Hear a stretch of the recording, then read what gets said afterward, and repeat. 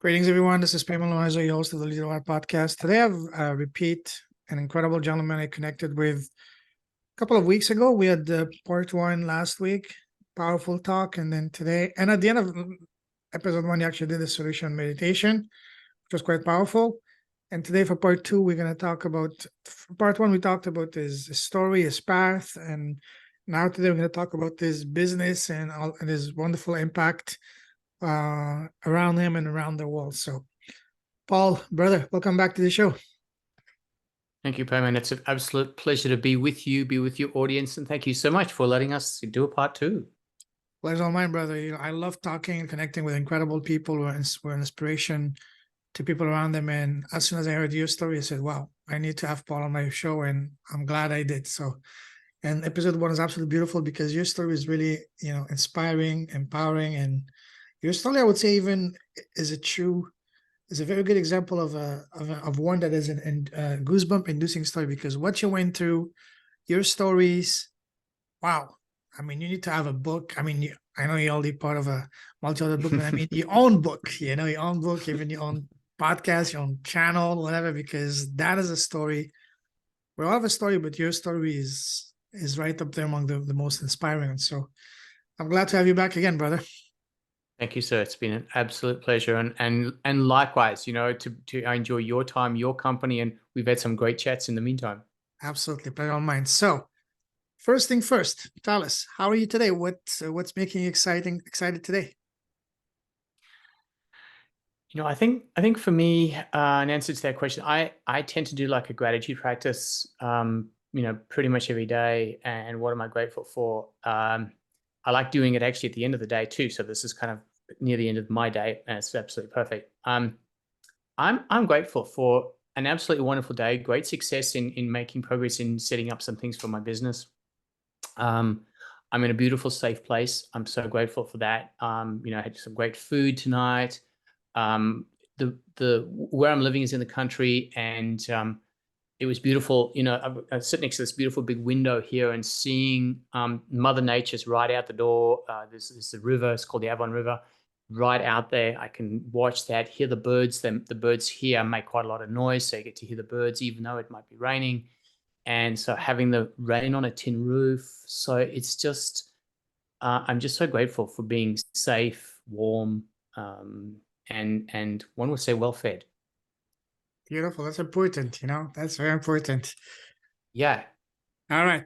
So we left off. Let's pick up where we left off and tell us now about the impact you're having around you. Tell us about your business. Thanks. I guess really, this wasn't really part of my major plan, but my original plan was sort of engineering, but now my soul spirit came in and made some changes into my life. And so now really my teachers are non-physical. I don't tend to be one that reads books. Information just comes into me. Sometimes I ask for it. Sometimes it just comes in and I know, or they teach me things. And so part of that is, as we touched on last time, these things called the solution meditation, and soul activations, and as a sort of sideline to that piece is also tapping into the Akashic records. So those pieces, the solution meditations, have really been something that my guides are expanding on my awareness of the unified field, the field of infinite possibilities. And you and I as humans, we tend to look at life mostly analyzing and solving things from our mind at this level. But when we start to allow ourselves to connect more deeply with our heart, our intuition, and in this case, my guides are showing me to go out to the unified field, they're showing me to teach others how to easily move our consciousness into this unified field, the field that connects everything together. And from that, you could say that there's like the field of infinite possibilities. What that's doing is, as we did on the solution meditation on episode 1, it's helping us start to get out of the limitation and or lack, to a degree, of what we tend to think is what our reality is. As soon as we start to move into a more unlimited place, as divine beings, we can actually create things, manifest things, bring solutions into our lives in a far more unlimited way. Sometimes the solutions come in the way we anticipated, but there's many times where solutions come in that we hadn't even thought about, but quite often they're even better. The kind of caveat to that is sometimes it could be a solution you didn't really want, one might say, in our humanness, because we're starting to play in a realm that's more of our soul space. Our soul's more interested in how can we grow, how can we gain wisdom, compassion, love, patience, all of those sorts of things. So sometimes, the results can come in a slightly different form than what we anticipated. But, that's really been now sort of my more recent focus they keep teaching me more about how important it is for us to start to move our consciousness to that space. So that's one part of the business. The other part is these soul activations, which, I would call them next generation sort of modalities.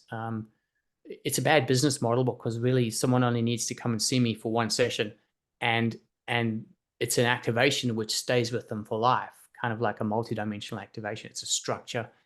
It stays with you life. It continues to accelerate your one would say your ascension in particular ways. One is really guiding you with tapping into that knowingness of your soul, your intuition, your higher self. So many of my clients say, what is my soul purpose? Well, this activation is perfect for them because in the coming weeks, months, and years, you really start to get clear on why you are here, what you're here to do, what your goal, what your gifts are, and so it really helps you move into that greater alignment of your soul truth. Another activation is helping us embody a greater level of consciousness. And the simple part of that, or the more common part of that, is we just start to really understand at this beautiful, deep, loving level that everything is connected. And we start to feel the deeper sense of self-love, love for others, self-forgiveness, forgiveness for others. And so one would say we start to move to a more loving, peaceful place, mostly within ourselves, but then that reflects out in the world.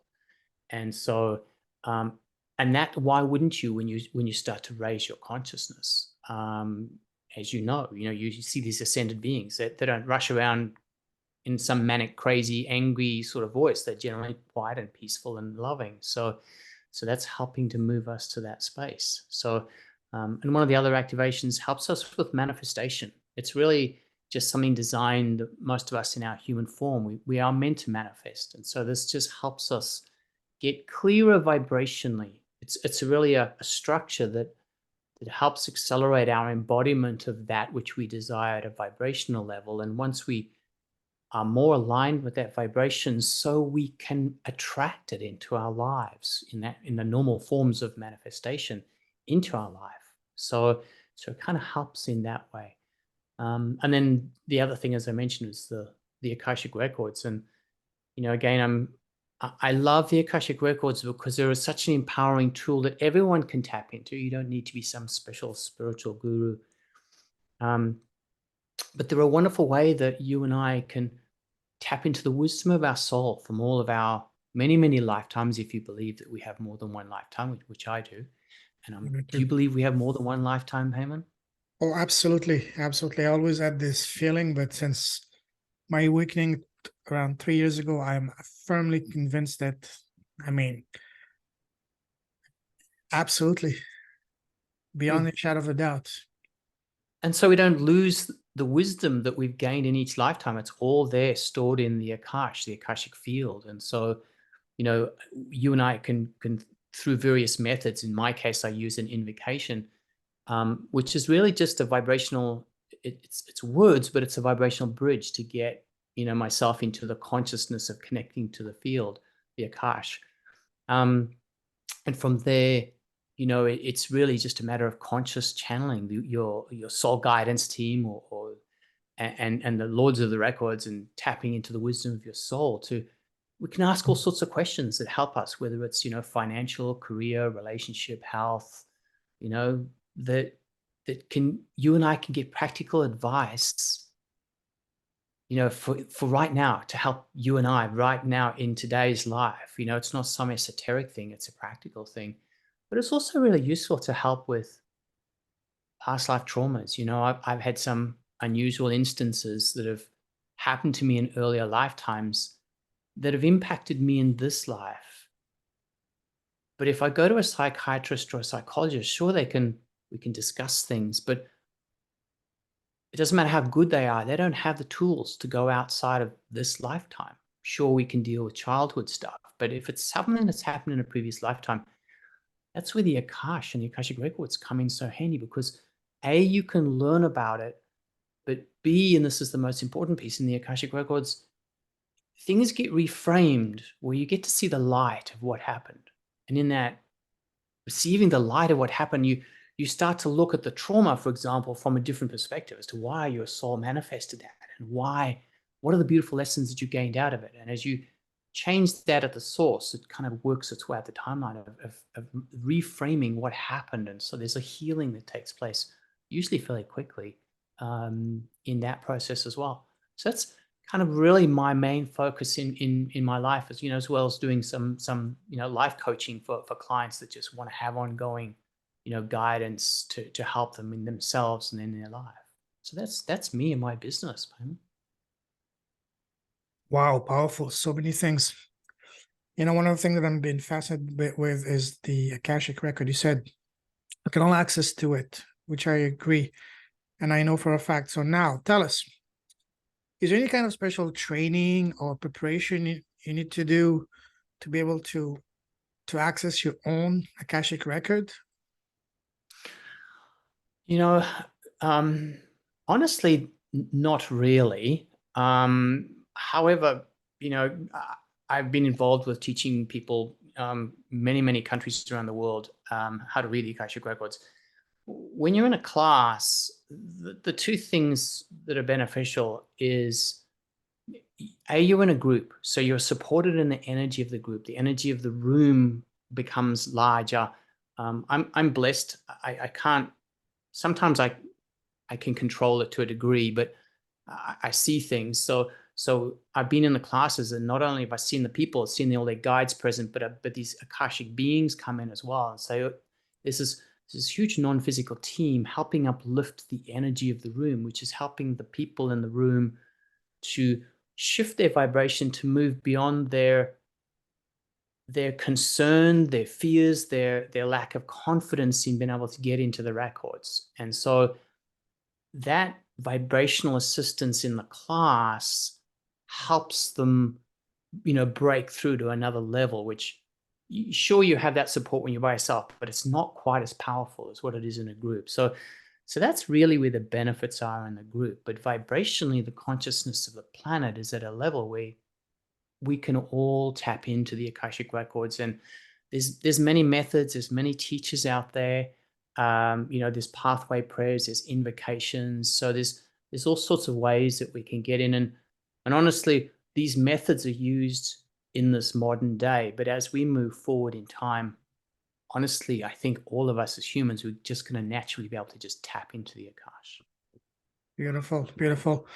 How did you get into that? Did you always believe in past lives and things like that growing up? Were you spiritual, religious, or how did you get into that yourself in the first place? Well, I think as we talked a little bit before, when I had this sort of Kundalini awakening happen, and suddenly I had these experiences of all these past lives came forward. So while it was a little bit terrifying in that initial instance when it happened, I was aware that these are my past lives. And So sorry, so, time out. So when you said these past lives were coming to you, were they coming in your sleep? Were you coming when you were still wide awake? Were you coming when you were meditating? We have a vision it'll when you're have just focusing, and you just sometimes we have vision come in our head when we're just doing something completely unrelated.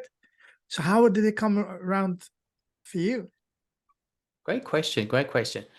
Well, in my instance there, when I had that rapid Kundalini awakening, I didn't even know about tapping into the Akashic records. For me, it happened primarily when I was in the auric space of someone that I'd had a past life with. And then when I was in that space with them, suddenly, I guess the interaction of my aura and their aura, suddenly I would start having knowingness. And then more often than not, if I spent more time with them, suddenly I would have visions, and literally I would almost literally, while I'm still consciously awake, have a very vivid dream of exactly some aspects of that past life. Wow. And so I could explain it to them. In fact, I can remember almost all of them as clear as a bell today. Like, the memories remained clear with me. You were just, let's say, And so that sitting, was, focusing on work, or just doing good work about your day, and all of a sudden you have this download, this vision coming to you.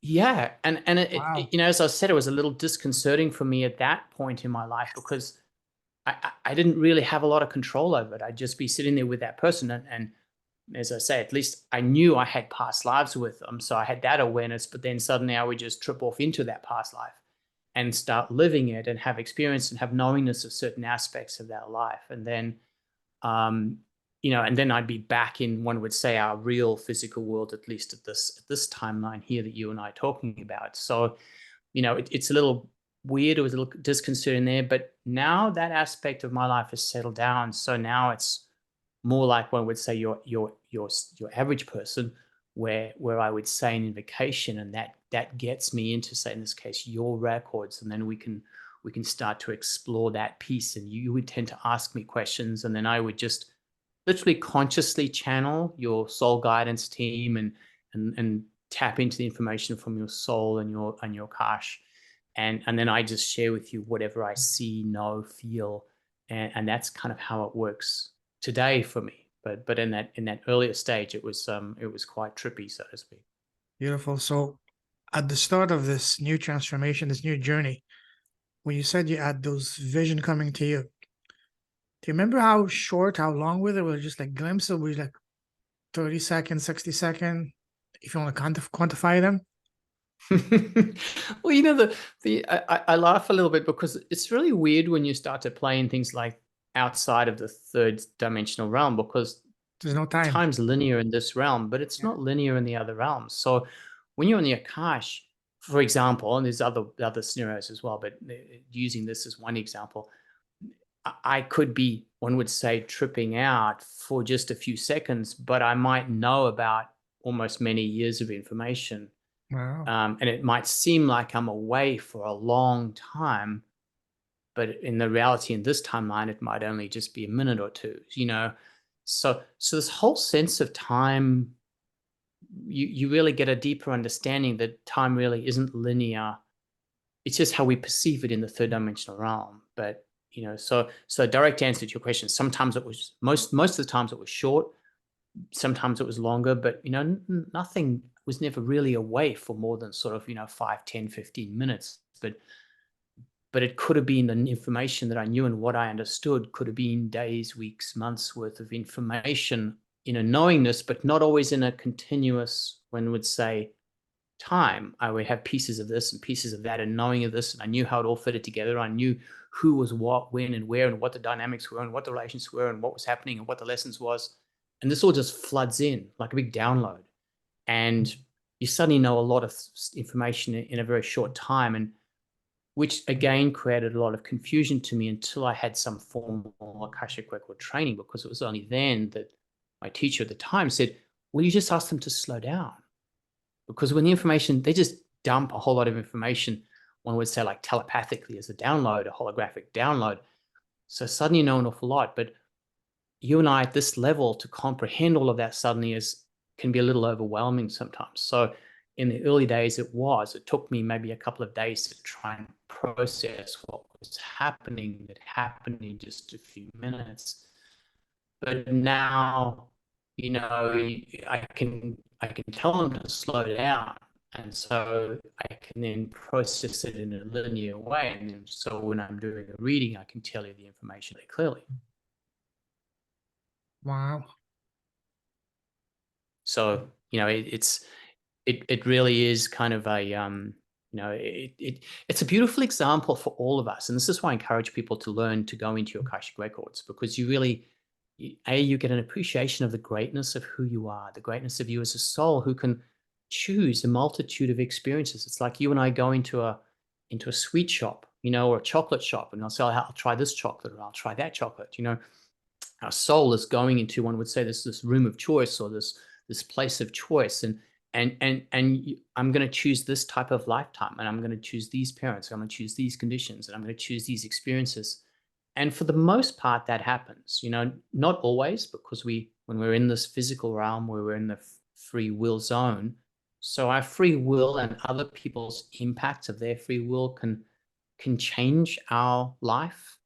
And so we may not achieve some of the things that our soul wished to experience in this lifetime. But when you're immortal, it doesn't matter. You just come back and have another go. So, but it's really just like a sweet shop. You get to try this sweet, and oh, this sweet is yummy, I like this kind of life.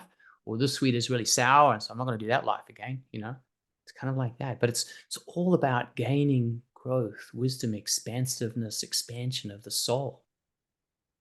Wow, beautiful. So many questions. We can do an entire episode just on that. So many questions coming to my mind when you were talking. Didn't want to interrupt you. So one thing I want to ask you though is, with these downloads coming at completely random times and moments, or were there like a specific pattern that you knew at this time? Oh, I could expect something to arrive.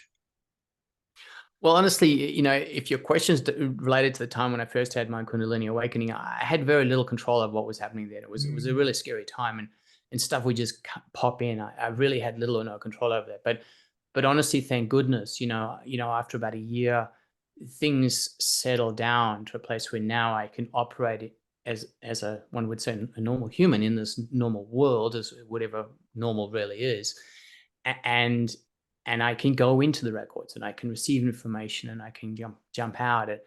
And sure, you and I, in our day-to-day, when we're in a, one would say, a meditative space, we could be in the shower, we could be driving our car, we can get downloads. We're in our records the whole time anyway. We're never out of our Akash.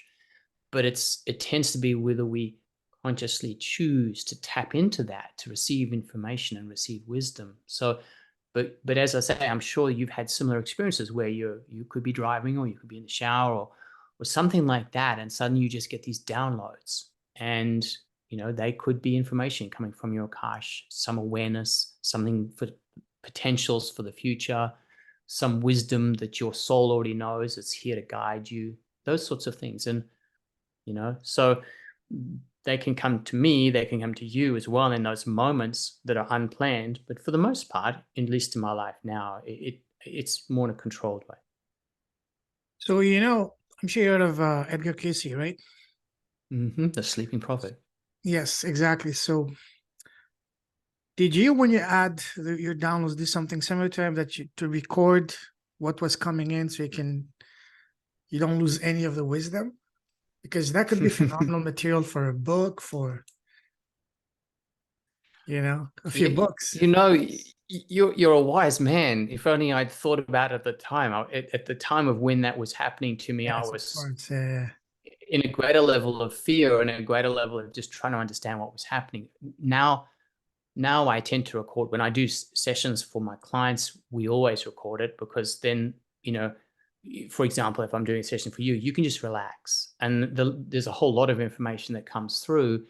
You're not going to lose. You don't have to write it all down. You can go back to recording any time. And, sometimes I have clients who come back and say to me, 3 months later or 6 months later, wow, I listened to the recording and this came true and this happened and blah, blah, blah, so that's beneficial. So the answer is yes in the more recent times, in the latter years, but in the early ones, I think for me, most of what happened to me in the early days, I remember within my own memories. It was clear as a bell. I can remember battles. I can remember times with certain people. I can remember certain life experiences where lessons were learned. I think the crux of it at that point was to understand the lessons of particular lifetimes, and understand dynamics of certain things. So I'll give you one example. So there was a person in my life at that point in time that I'd had an earlier lifetime with. It was in the times when I was actually one of the soldiers, like one would say, like a knight. I wasn't a famous knight, but I was just one of the many knights. and she was a fairly affluent lady. We fell in love, but because I was focused on my knighthood, I would often go out to battle, and so she couldn't handle it because of the fear of losing me. So, what ended up happening in my initial awareness was a set of circumstances happened where I thought she had left me, dumped me, and gone with another man. So I ended up allowing myself to be killed in one of the battles. So I had a death where I was extremely sad and extremely lonely. And I have all the memories of exactly how that death happened in the battle and everything. But then going into the records later on, so that happened to me in those initial stages of the Kundalini awakening. So I had awareness of this painful death, but subsequently going into my records now in a more controlled way, I've been able to open up the bigger piece of that. And so so my takeaway from that first experience was being sad about dying, but didn't really understand the full picture. Now what the picture was is because I understand the depth of her love for me in that lifetime and her fear, she was trying to use mechanisms to stop me from going to war. She was doing her best to make me change my mind, to be with her and be safe. And so what I found is she really didn't find in any other man, and she wasn't interested in any other man. She absolutely, adored me. But she was doing whatever she could to try and convince me not to. So she thought with my fear that she might be chasing another man might stop me from going to war, but it didn't. So the whole plan of hers unfortunately backfired. But now what my greater knowingness of the bigger picture is, I understand how beautiful the love was in that lifetime, and how we can misinterpret certain things, and that created an exit point and an exit from me. Whereas again, some of the things that we can learn from the Akasha is a deeper level of communication, a deeper level of understanding of each other. And in doing so, we can go away from what we would call makeups. So there's a lot of stuff we can make up, and that can cause all sorts of problems and breakups and all sorts of things in relationships and friendships and whatever it may be. So this deeper level of communication and understanding can allow this beautiful connection or continued connection of friendships, relationships, whatever it may be. So we learn these beautiful lessons. So that's what I'm saying about when you go into the Akasha, you can clear trauma and actually see the beautiful light behind what was really there. So that whole trauma has now been reframed to a deeper understanding of the sheer love that was there. Wow, powerful. So when you reconnected with that soul, with that person this lifetime, did you both realize right away that, hey, this is not a chance encounter? We are connected as soul. Did you have this kind of feeling that, hey, I've known you for God knows how many, we've known you forever? In that instance of that relationship, no, I had awareness, she didn't. Okay. In some instances with some of my friendships and friends that I've had with past lives, we've both had awareness, and we've both been able to, depending on their level of spirituality, I would either help them with the Akasha or they would just know. And so they would you like having this weird conversation where I'd say something and then they'd pick up the conversation and then share the next bit, and you could sense and feel the alignment, and that you were like almost thinking of one mind, but you weren't. We're both tapping into the Akasha and feeling into that lifetime. So, I've had some incredible experiences with people and friends that I've had past lives with, where we shared, aspects of those lifetimes. And it's like, I'm saying one thing and then he or she would say something else, and I'm saying one thing and she would say something else. And there's just, the story just keeps going, and it's perfectly united. But sometimes one person, and in my case, it's usually myself, but one person is aware of it and the other person isn't. And that's okay too. It's really no judgment. It's just, is that person, really wanting to tap into the Akasha and be able to sense or feel that aspect of their earlier lifetimes. Absolutely. One thing that I also learned, and I've had a couple of examples in my podcast with other guests, is that they've had a particular individual that they've shared many lifetimes together, but these were not beautiful relationships. They were actually quite the opposite. They would make that person's life a hell. And then they realized that they were together even in ancient Egypt together, and that person made their life completely a hell, and the cycle kept on reoccurring. That's something that absolutely baffles my mind, is that, but I guess that also strengthened the principle that, hey, that life is, at the end of the day, this life is a play. We when we embark on a new journey and a new place, so to speak, a new movie, we are truly the director. We choose the character. We invite the specific character. Hey, I want to play this role. Who wants to come and play this role with me? Just at the end of the life, everybody meets together and pass together behind the curtain. Even though that person might have been your worst enemy, even killed you, behind the curtain, you just high five each other. Okay, next time you need to do this a little bit different. Or you were a bit too to this. Be tougher with me. And you know what? Say this line at this time. It's absolutely mind blowing when you really realize that. Well, I think honestly, what's been my experience is souls are absolutely beautiful, divine aspects of our consciousness, and there isn't any good or bad, happy, sad in their higher realms. There just simply is, and there isn't any really malice either. There just simply is, and so souls might choose to interact with each other and say, I'm going to be the good guy in this lifetime and you be the bad guy, so to speak, and and so they have an experience to be able to, as a soul, experience the duality and the polarity of this 3D, 3-dimensional construct, because we live in this third dimensional realm that is polarity, is duality, happy, sad, good, bad. So to really understand at a deeper level, one would say, pain or suffering, we can make an agreement with other souls to say, well, you cause me pain and suffering. But this is what I love about the Akasha, because you start to understand at the deeper level, you see the light behind all of it. So if you are interacting with another soul, like you said, that you've had previous lifetimes with, and you understand that lifetime, you start to see the light in even the pain and the suffering, because you understand the agreement that you and that other soul had. So that soul would be, sort of say, the bad guy to create the lessons, say, for example, in me, of compassion, of love, of patience, or strength, self-resolution, boundaries, clarity, so those are the things that the souls will work together with to be able to help each other grow. And, I've seen experiences where a soul will choose to take on cancer and other sorts of painful diseases almost to help their partner or another soul, to help them learn patience, compassion, love, all those sorts of things. So it's souls are just such, we're all incredible, beautiful beings. And you really start to love the light of who we are, despite what we may and how we perceive it in this third dimensional human realm. True. Absolutely. What are your thoughts on that we may be living in a simulation? That's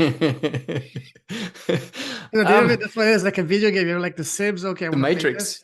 Matrix. You choose your character, you choose your scenario, your life path, and then okay, is it just like some of the, for example, Elon Musk is saying that we are probably a simulation game for some highly advanced entities?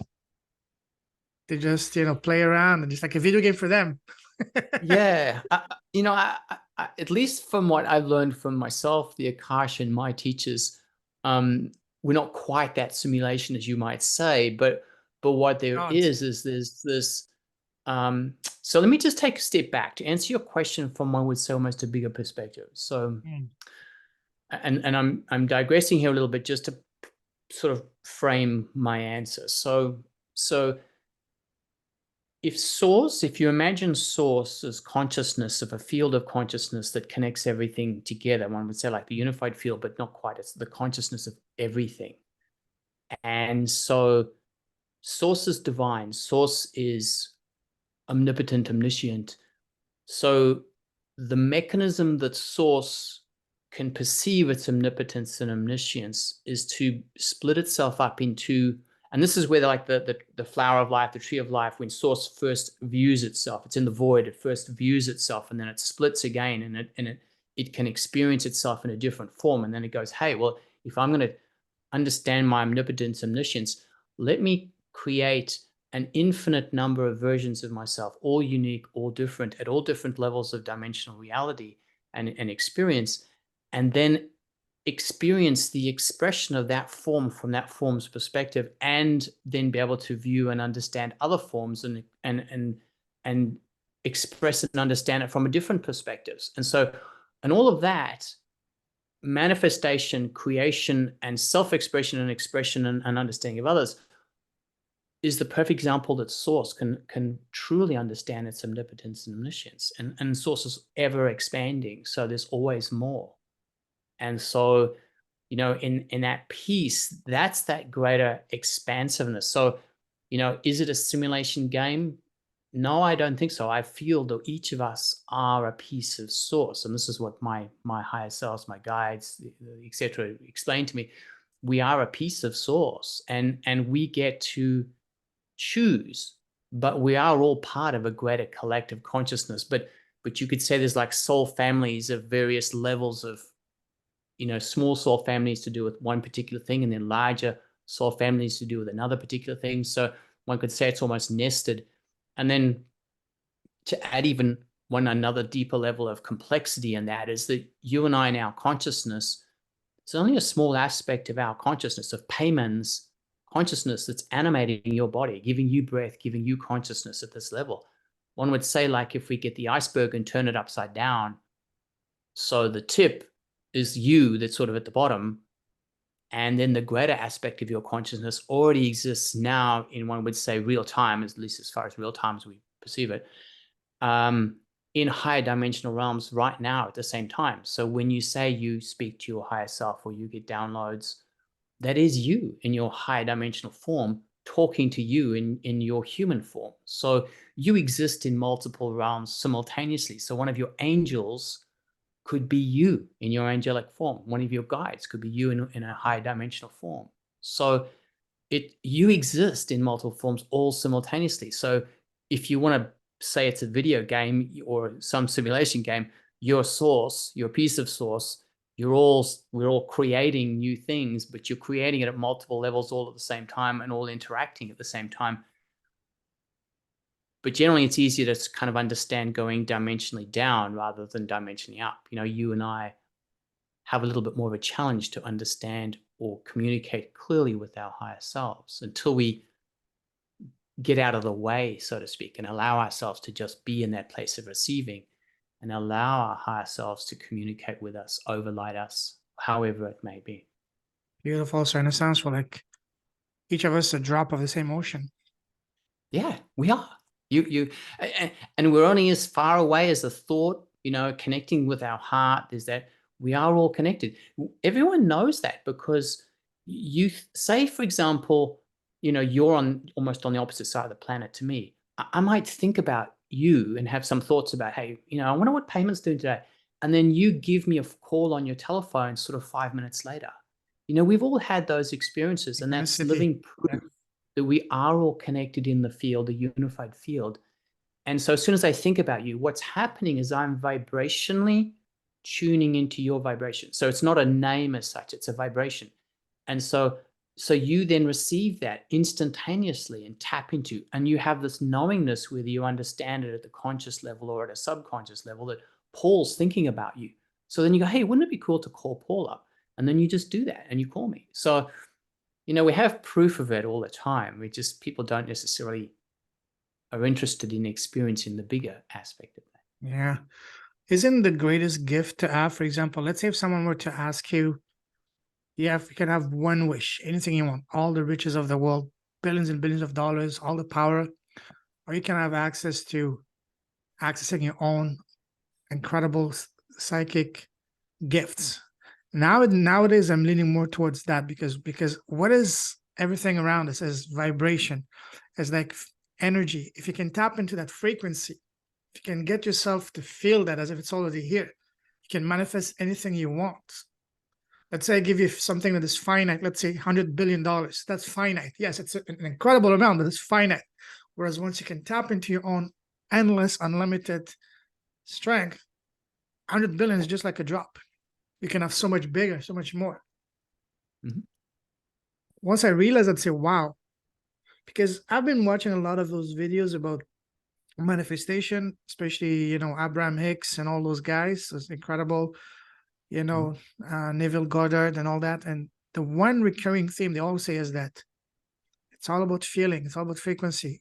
Yep, Calibrate that's yourself it. to the feeling of what you like. Just like, for example, the old radios. You want to get to 95.2 FM. If you're at 95.6, it's going to select, you're not going to get the clear message. But as soon as you locked into the right frequency, you have a clear, sound. Same thing here. You want that thing, find the right frequency, lock yourself in, and it's yours. If you look at the That's it. ancient civilizations, especially the Lemurians, from what I'm hearing, from what I'm reading, they were not very technologically advanced, but spiritually they were incredibly advanced. They had all their needs met to tapping into the frequency of whatever they wanted. They just manifested it. They might seem from an outsider's view that they were quite primitive, but they were not. They were incredibly advanced. Even some of the most advanced alien races, our brothers and sisters from the other galaxies, some of them are they're not so-called technologically advanced, but they're incredibly spiritually advanced, and they can manifest anything they want.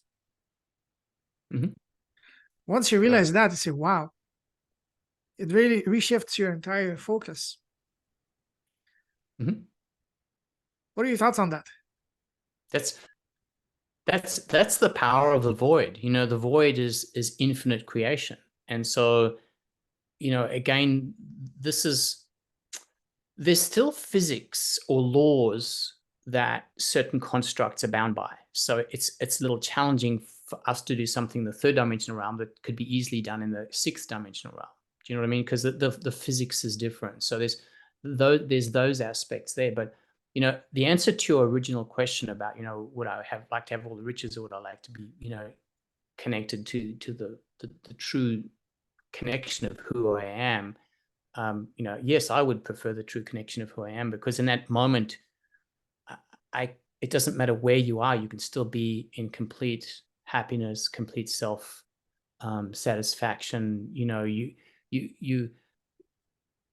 You can feel the love of who you are. You can feel the love of the divine. You can feel the connectedness of everything. It's a beautiful feeling, because really all you can do is feel it and experience it to a degree, within your consciousness. But that most of the time when we're in the physical realm as a soul, we come in with nothing and we leave with nothing, so it's just a journey of experiences along the way in this physical form. So That is again, so powerful.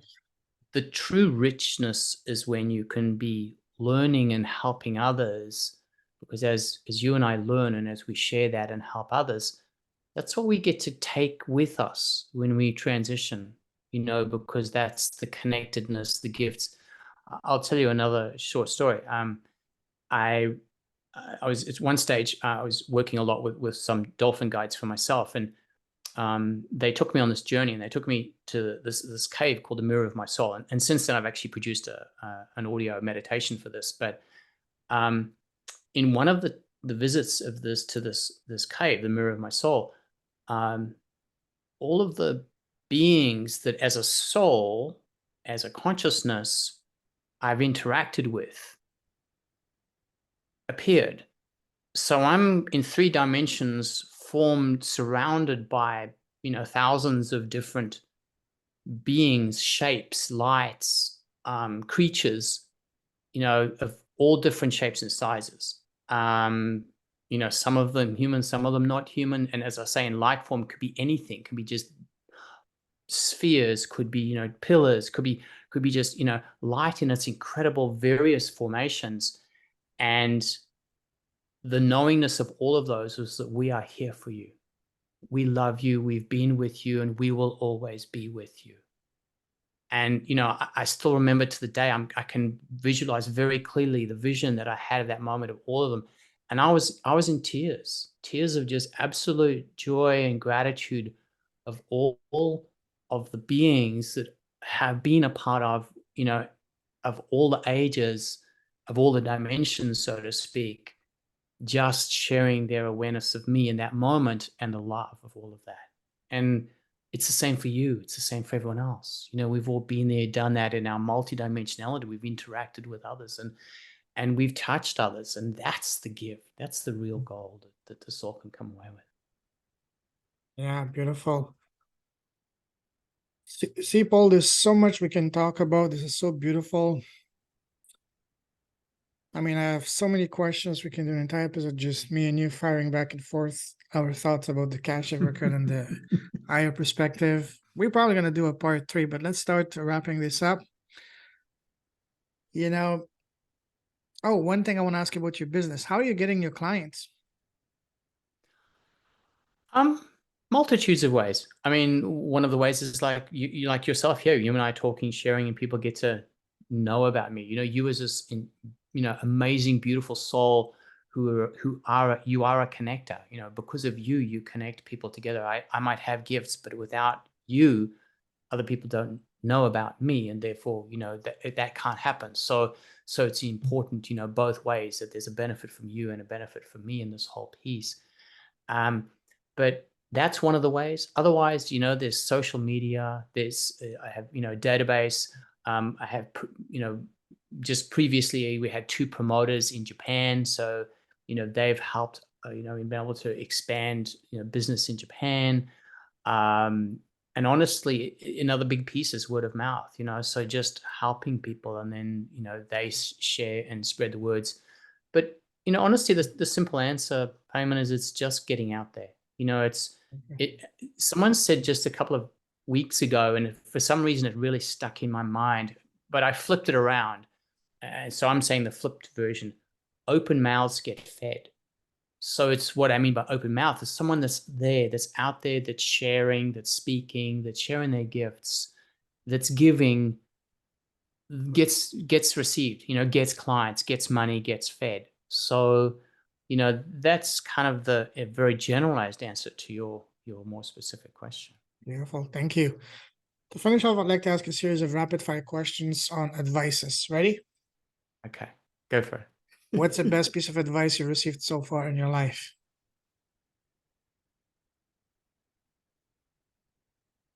To love and be compassionate of myself and then others. Love that. What's the worst piece of advice you received so far?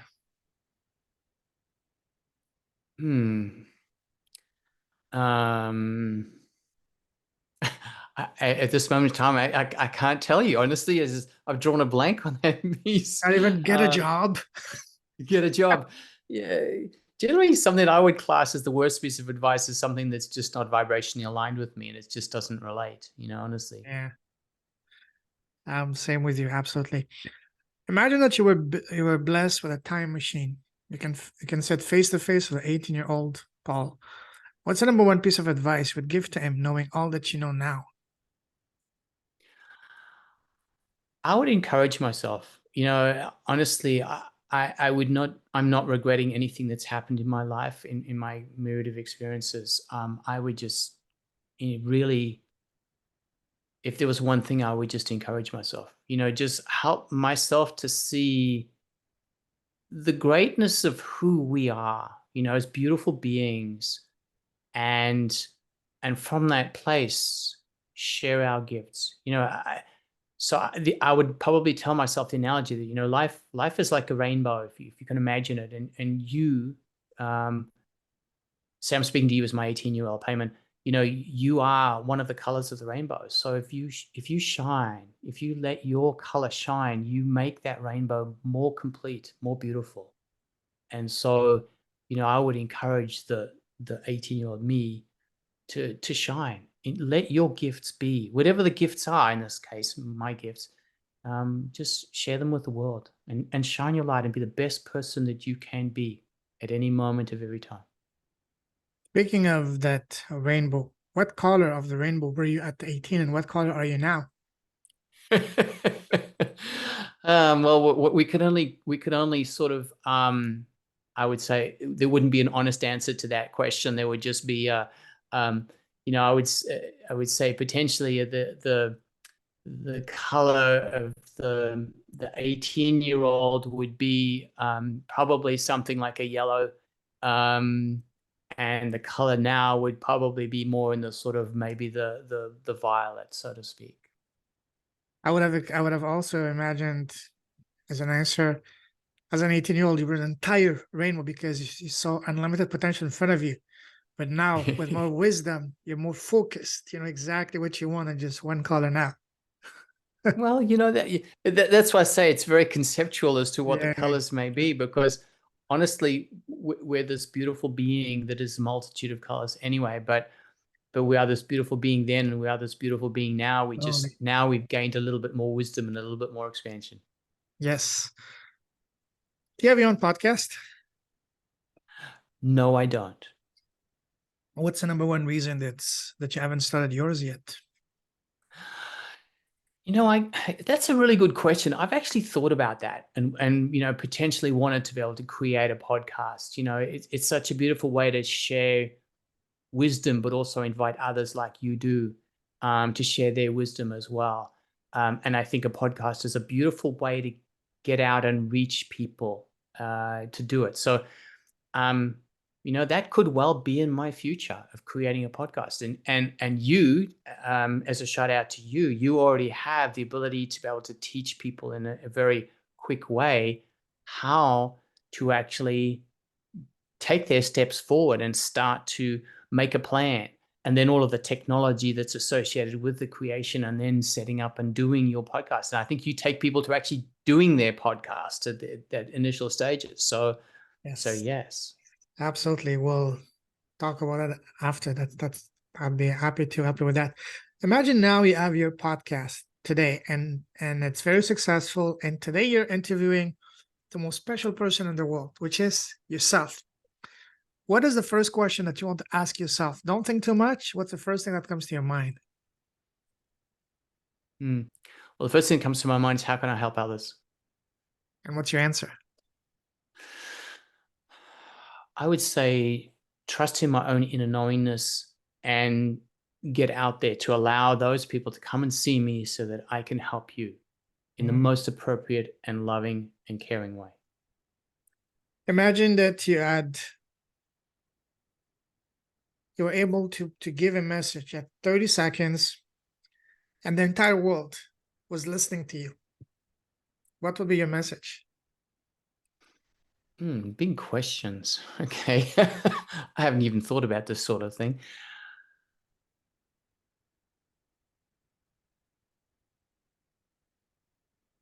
To love yourself, be your authentic self, Beautiful. allow yourself to shine, be loving, be compassionate, be caring. Mm. And as you expand the love of you to the love of others, so you are uniting with yourself and others. Amen. Beautiful. The last question I ask, and that's my favorite question to ask all my guests, and that is, what is the smallest thing that you've done, Paul, so far in your life? And by small, I don't mean something small. I mean the one thing that you've done that has had the greatest, deepest, most profound positive effect in both your life and your business. For me, for example, has been starting my podcast. What about you? I think that's I love to just go on what you said there. It's you shared with me how wonderful your podcast has been and how much that shifted and changed you, and I think that's absolutely beautiful. Yes. Hmm. Um, I think the smallest thing has been, and I haven't always achieved this, but the smallest thing is taking the time to stop and listen to myself, my own inner guidance, and to take that time to listen to others as well. Beautiful. Beautiful. Absolutely love that. Listen, Paul, absolute pleasure, honor talking to you. If someone wants to connect with you, what's the best way to do so? I think probably the best way is the, just one of the links that you've got there. Just send me an email. I'll gladly reach out. I have a website, paulmarwood.com, and that's the website there.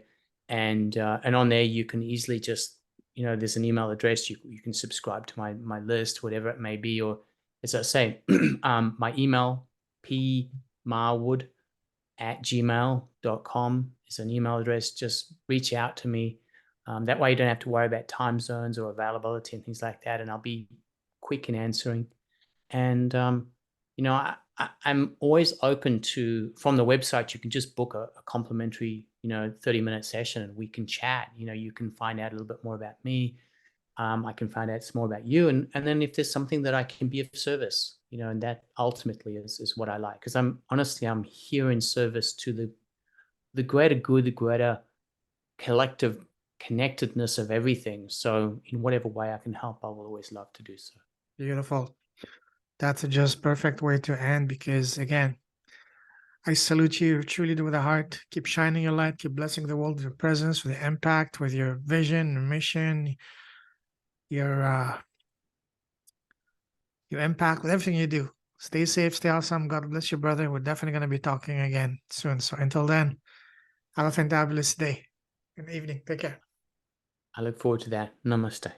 Namaste. Take care.